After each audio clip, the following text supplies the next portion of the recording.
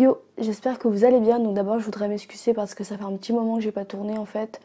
Mais il faut savoir que j'ai commencé un travail en 39 heures et c'est un peu difficile pour moi en fait de réussir à équilibrer entre le travail, ma vie personnelle et en même temps mon passe-temps YouTube. Parce que c'est vrai que c'est un passe-temps pour moi et j'aime bien faire ça, mais ça nécessite énormément de temps et de travail. Et du coup, c'est vrai que souvent, c'est ce qui va passer à la trappe en premier. Mais ça me manquait, du coup, j'ai eu envie de revenir avec une vidéo très spontanée et très simple, donc juste en face cam. J'ai décidé de vous faire un mukbang. Donc pour ceux qui ne savent pas ce que c'est, un mukbang, c'est une vidéo dans laquelle on mange et en même temps on discute. C'est un peu comme un chit-chat make-up pour celles qui sont habituées un peu à ce genre de contenu, de format sur YouTube, mais version bouffe. Et du coup, tout en mangeant, je vais vous parler du coup de mes lectures du moment, de ce que j'ai apprécié lire en ce moment. Donc c'est pas énorme non plus parce que je lis un peu au compte-gouttes ces temps-ci. Mais voilà, c'est quelque chose que j'avais envie de faire, vous partager un peu mes favoris. C'est un contenu que je lance sur ma chaîne, je suis pas certaine que ça va fonctionner. Donc si vous aimez, dites-le moi. Si vous aimez pas trop, dites-le moi aussi. Est-ce que je suis floue? Je suis un peu floue, je crois. Donc je vais commencer par vous montrer ce que j'ai préparé. Les nuggets, du Dr Pepper et une pizza. Donc ça sera un repas complètement vegan. Je vous mettrai les recettes en barre d'infos si jamais ça vous intéresse. J'ai commencé à travailler à prendre un emploi saisonnier donc en 39 heures parce que j'aimerais amasser un peu d'argent pour partir en Corée. Donc cet été, je pars avec ma meilleure amie. J'aimerais bien faire des vlogs d'ailleurs là-bas. Je sais pas si ça vous intéresserait, donc dites-le moi. Après, du coup, mon retour en Corée, j'ai décidé de prendre une année sabbatique, donc je sais pas encore ce que je vais en faire. Je sais pas si je vais travailler ou partir à l'étranger ou me lancer sur YouTube ou je sais pas encore. Mais ce qui fait que j'ai pas mal de préoccupations en ce moment parce que je sais pas encore ce que je vais faire de mon avenir l'année prochaine. Et pour ça, j'ai pas énormément lu, mais j'ai quand même quelques trouvailles. Le premier, c'est Le Chant du Monde de Giono. Giono, c'est un auteur que j'ai découvert quand j'étais enfant à travers un livre sur la nature, sur la forêt. Et j'en sais rien le titre parce que là, ça me vient pas. À l'époque, ça me parlait pas. Parce que. Il faut savoir que Jean Giono, il écrit des livres un peu provençaux. C'est-à-dire, c'est un type de livre en fait sur la nature, la campagne, le rapport au corps, à l'homme, face à la nature, au temps qui passe, etc. Et je pense que j'avais pas la maturité pour ressentir en fait l'intérêt de ce genre de livre. Et un jour, j'ai lu un livre de Maurice Genevoix, dans le même style, c'était des nouvelles courtes, je vous en sais le titre aussi. Mais là, ça m'est apparu comme une évidence en fait, parce que j'ai compris l'intérêt de ce genre de lecture, c'est juste comprendre la pureté d'un moment. Et j'ai trouvé ça vraiment très beau et très fort. J'avais envie de ressentir ça à nouveau, du coup j'ai acheté 2 livres de Jean Giono. Pour me réconcilier finalement avec Jean Giono. En fait, c'est une histoire qu'on suit à travers 4 saisons. Et c'est l'histoire d'un père qui cherche à retrouver son fils avec un de ses amis, qui lui est finalement, comment on dit, il est pêcheur. Et l'autre est je dirais charpentier, mais il travaille au bois. Donc en fait, c'est finalement une rencontre entre la terre et l'eau. Une rencontre entre la famille par le biais de l'enfant, du genre recherche de l'enfant, et de l'amour, parce que le pêcheur lui va chercher l'amour. Et en fait, ça va être finalement l'expression des sentiments, mais exprimée par le biais de la nature, par le biais des 4 saisons qui vont se dérouler au fil de cette histoire. Et donc ça va être quelque chose de très lent. Donc comme un ruisseau qui coule, ça va être quelque chose de très doux, de très simple. Peut-être que ceux qui n'aiment pas trop de descriptions pourront pas aimer ce genre de roman, parce que c'est vrai que c'est de longues descriptions. Il faut savoir apprécier ça. Il faut savoir en fait apprécier les phrases comme on apprécie finalement un paysage. Mais finalement j'ai beaucoup aimé. Beaucoup plus que le premier que j'ai lu à l'origine qui s'appelle Les âmes fortes. Donc c'est celui-ci. Donc qui lui est un roman beaucoup plus dialogué, romancé.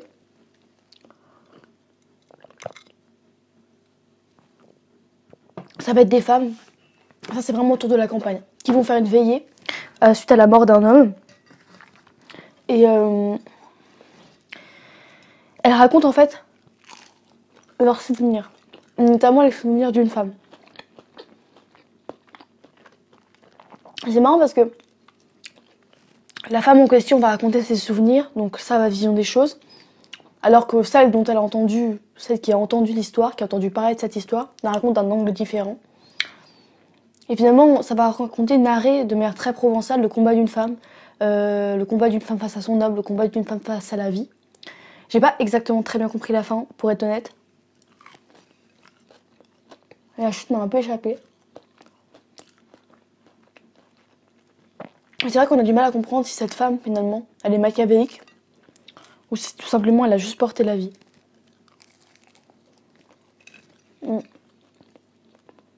Ensuite, on va changer un peu de style. On va parler un peu poésie. J'ai 3 livres de poésie à vous proposer. Il y en a un, je pense que vous devez tous connaître. Vous vous rendez compte quand même que ça fait 20 minutes que j'attends que ma batterie charge pour pouvoir manger. C'était vraiment dur.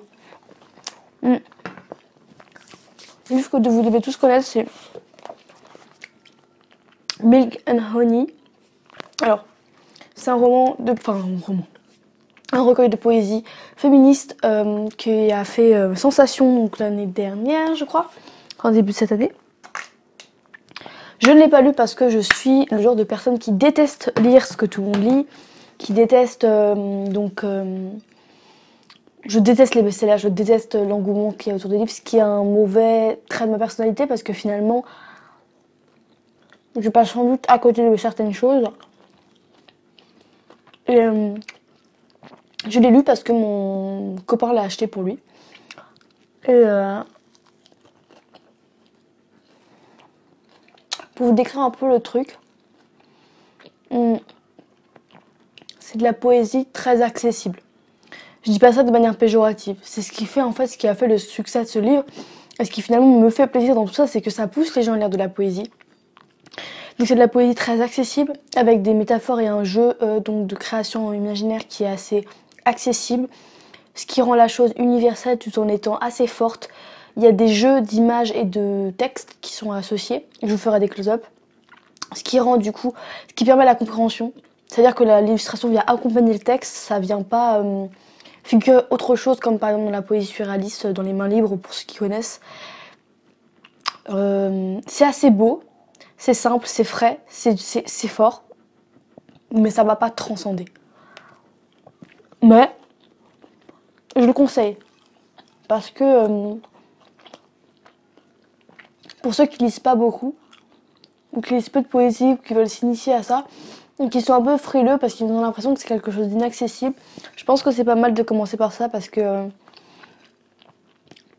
voilà, c'est moderne et c'est bien, c'est bien fait, c'est joli et ça peut plaire à beaucoup de personnes, je pense. C'est pas parce que c'est féministe que ça peut ne pas plaire.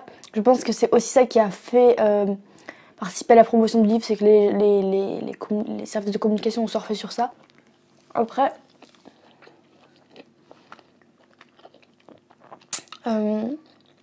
j'ai lu d'autres choses en termes de poésie. Je suis allée au marché de la poésie, mais cette fois, je n'y ai pas participé.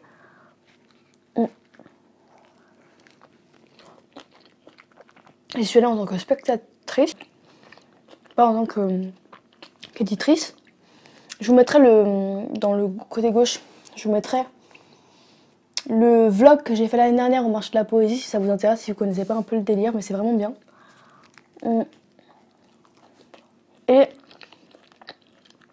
j'ai racheté un truc de Alejandra Pizarnik. J'avais déjà acheté un truc l'année dernière, que j'avais lu bien tardivement et que j'avais adoré, mon Dieu, sur Instagram. J'ai un onglet livre et il y a donc des extraits que j'ai pris en photo si jamais ça vous intéresse. Je vous afficherai mon Instagram ici. Et du coup voilà, j'en ai lu un second qui est vraiment intéressant, pas mal. À la différence de l'autre, c'est plus un recueil de ses débuts. Donc plus sur... ça parle un peu de sa recherche en tant qu'auteur, sa recherche en tant qu'être artistique. Et son combat entre cette tentation vers le sombre et l'obscur, et en même temps cette angoisse d'y plonger complètement. C'est beaucoup plus métaphorique, beaucoup plus obscur, compliqué, on va dire, que Milk and Honey. Moi, personnellement, ça me plaît beaucoup plus. Je vais vous lire un passage pour vous donner un avis de ce que ça peut être. Alors, ça s'appelle Art invisible. J'ai choisi un peu au hasard, honnêtement. Toi qui chantes toutes mes morts, toi qui chantes ce que tu ne confies pas aux rêves du temps, décris-moi la maison du vide. Parle-moi de ces mots vêtus de cercueil qui habitent mon innocence. Avec toutes mes morts, je me livre à ma mort, avec des poignées d'enfance, avec des désirs ivres qui n'ont pas marché sous le soleil. Et il n'est aucune parole matinale qui me donne raison à la mort. Eh ben, un Dieu ou mourir sans grimace. Une autre, Cendre. Nous avons dit des paroles pour éveiller les morts, des paroles pour faire un feu, des paroles pour pouvoir nous asseoir et sourire. Nous avons créé le sermon de l'oiseau et de la mer, le sermon de l'eau, le sermon de l'amour. Nous nous sommes agenouillés et avons adoré de longues phrases comme le soupir de l'étoile, des phrases comme des vagues, des phrases comme des ailes. Nous avons inventé de nouveaux noms pour le vin et pour le rire, pour les regards et leurs terribles chemins. À présent, moi, je suis seule, comme l'avare délirante sur sa montagne d'or, et je lance des paroles vers le ciel, mais je suis seule, et je ne peux pas dire à mon aimé ces paroles qui me font vivre. Voilà, c'est un recueil très particulier en fait entre finalement la mort et la vie, et finalement cette femme hantée de manière figurative par la mort, et finalement c'est vers ça qu'elle embrasse pour créer son art. En fait, en lisant ça après avoir lu le premier, dont le titre m'échappe encore une fois parce que j'ai une mémoire de poisson, voilà, j'ai peut-être au début moins apprécié parce que finalement c'est moins poussé et mature que le second, mais c'est vrai que c'est intéressant de ressentir ce travail de réflexion et d'écriture à travers du coup ce recueil-ci. C'est vrai qu'en tant que personne qui écrit un peu, je peux plus me sentir concernée par cette phase-là que la suivante. Parce que la suivante est beaucoup plus aboutie. Donc le second recueil est beaucoup plus abouti. Celui-ci, c'est vraiment une ébauche, une construction littéraire. Et c'est vrai que quand on écrit un peu, on comprend, en fait, on ressent ce passage, cette force qui nous attire en même temps, qui nous fait peur, cette sensation de vouloir écrire et en même temps d'être angoissé parce que cela va apporter. J'ai trouvé ça vraiment très intéressant et très beau.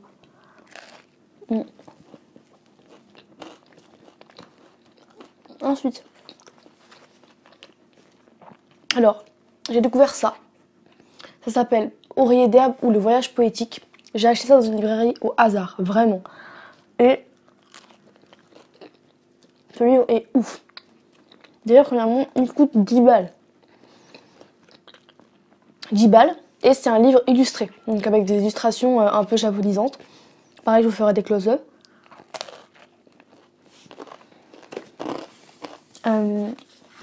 L'auteur nomme son texte un roman haïku. Et en fait, comment on peut expliquer ça? C'est l'histoire d'un homme qui va partir en voyage pour peindre.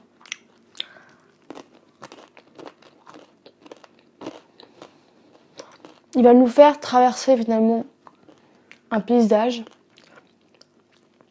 Et tout son paysage va être empreint d'une espèce d'aura, de poétique, de réflexion poétique.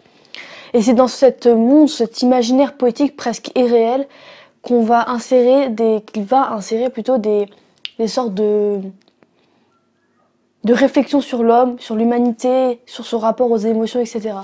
Évidemment, c'est intéressant parce que dans tout le long du roman, il va dire qu'il veut s'éloigner, il veut être pragmatique, il veut s'éloigner de sentiments réels, etc. Mais ça va toujours venir occuper et s'entrecroiser avec cette réflexion poétique.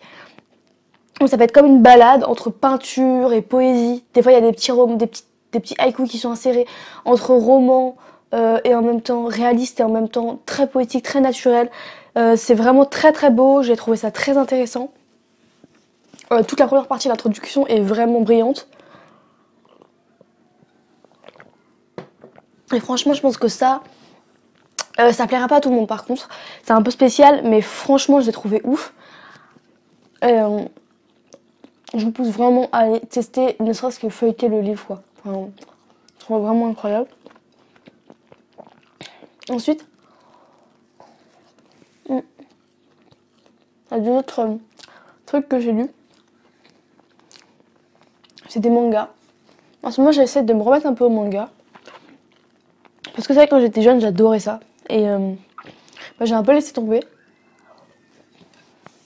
Et c'est dommage je trouve parce que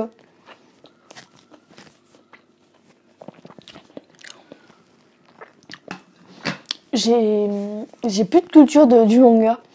J'y connais plus rien. Quand je suis allée à la Japan Expo il y a 2 ans je crois, j'étais du père. Je connaissais pas les personnages, je connaissais pas les trucs représentés et tout, et j'ai envie voilà, de me refaire une culture autour de ça. Donc j'ai à peine de le commencer, j'ai fini le tome 1. Ça s'appelle Shizakobe. Donc c'est une adaptation d'un roman hyper connu, que je ne connais pas, hein, mais d'après le résumé, c'est ce que ça en dit. Et honnêtement, le tome 1, il se passe pas grand chose. Mais je suis très curieuse de voir comment ça va pousser. J'adore les illustrations des personnages. Je ferai des close-up. J'adore l'univers qui se construit. C'est tout en lecture des sentiments et des personnages, donc ça a l'air d'être quelque chose de très poétique. Dans le résumé, ils en parlent comme une lecture des sentiments humains. Et du coup, j'ai vraiment hâte d'en voir la suite. Je vous tiendrai, si jamais vous l'avez lu, vous connaissez, n'hésitez pas à me dire ce que vous en avez pensé. Moi, pour l'instant, je suis curieuse. J'essaie de voir ce que ça va donner. Et en plus, il y a une offre en ce moment à la Fnac. Si vous en achetez 2, vous avez un poster offert. Et il est franchement beau. Et du coup, ouais, c'est vraiment pas mal. Hey, c'est encore coupé, donc j'ai décidé de vous quitter comme ça parce que c'est vrai que ça devait être compliqué avec la caméra. J'aurais dû la charger avant, les problèmes techniques et tout ça, c'est un peu mon quotidien, j'ai l'impression, sur YouTube. Donc en tout cas, j'espère que cette vidéo vous a plu, que le contenu vous a intéressé. N'hésitez pas à mettre un like si vous avez aimé, n'hésitez pas à commenter pour créer un débat. C'est comme ça en fait que j'ai envie de voir ma chaîne, c'est un lieu d'échange et de partage avec vous. Et puis en attendant une prochaine vidéo, je vous embrasse. Ciao!